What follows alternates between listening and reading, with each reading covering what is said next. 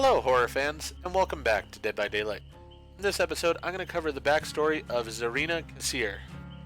Growing up in a Lebanese household in Brooklyn, Zarina struggled with two unique cultural identities. She felt this cultural difference painted a target on her back.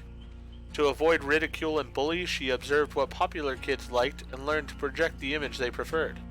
At school, she would go by the name Karina, dye her hair lighter, and trash her foreign lunches. At home, the news channel was always on. Urgent reports of injustice captivated Zarina, inspiring her to produce her own stories. When she was a teenager, she embraced her real name and roots and borrowed her father's digital camera to interview members of her community in Bay Ridge. By posting her content online, she slowly built a loyal following. Each week, she picked a new issue and challenged people to speak their mind on camera. When she heard a rumor that a fast food restaurant owner was exploiting workers, she decided to go undercover and produce a hard-hitting film. She modified her look, faked an accent, and secured a waitress position at the restaurant. After 3 weeks of unpaid work, she was fired for demanding her paycheck.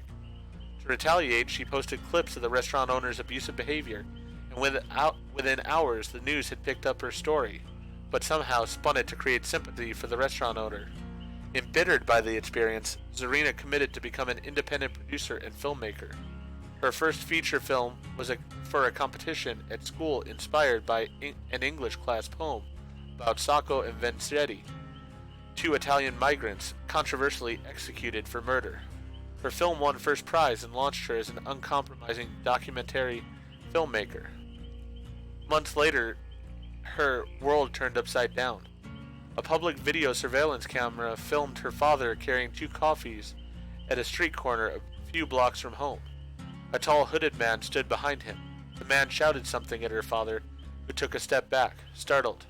Suddenly and unexpectedly, the man pushed him in the street as a car sped by. His death sent a shockwave of anger and pain that left Zarina in pieces.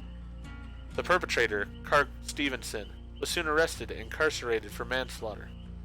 Zarina became obsessed with Clark, his gang, IR-28, his short prison sentence, his apparent lack of remorse.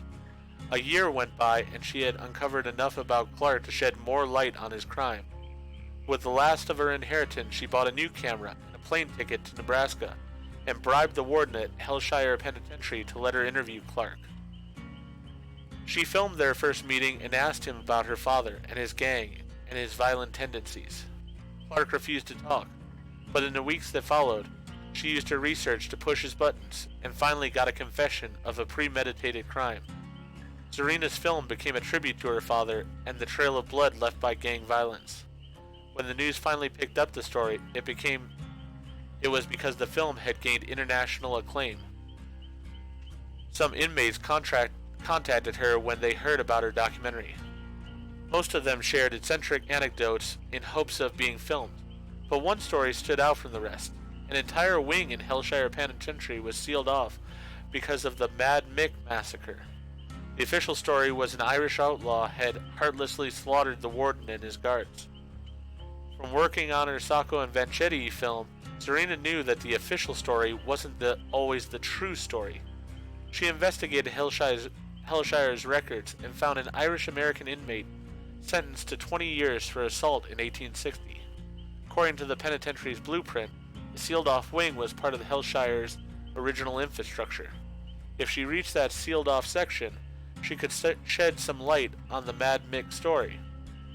All she needed was a way in.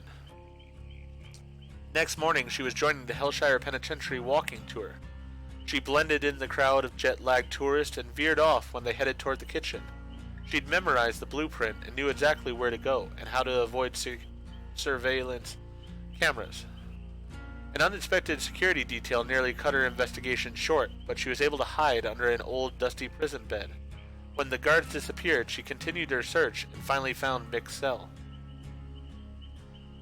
Entering the dark, dilapidated cell, Zarina ran her hand across the old brick wall. Her fingers felt a marking and traced the letters. Death to Bayshore. A loose brick fell, revealing a gap. She inserted her hand. Fingers landed on a piece of cold, cracked metal. She fished it out. An old, rusty wrench. A damp chill ran down her spine, and she looked down. A man lay at her feet, bleeding, his limbs contorted, and his eyes dark and terrified. Her father's eyes. A pool of crimson blood on black pavement. Paralyzed, black fog filled the cell, and she shut her eyes to push these nightmarish visions out of her mind. If you enjoyed the story, please go ahead and click that like button. If you've not already, please subscribe to the channel and click the bell icon so that you're aware when I produce new videos in the future. Thank you, and I hope to see you all in the fog.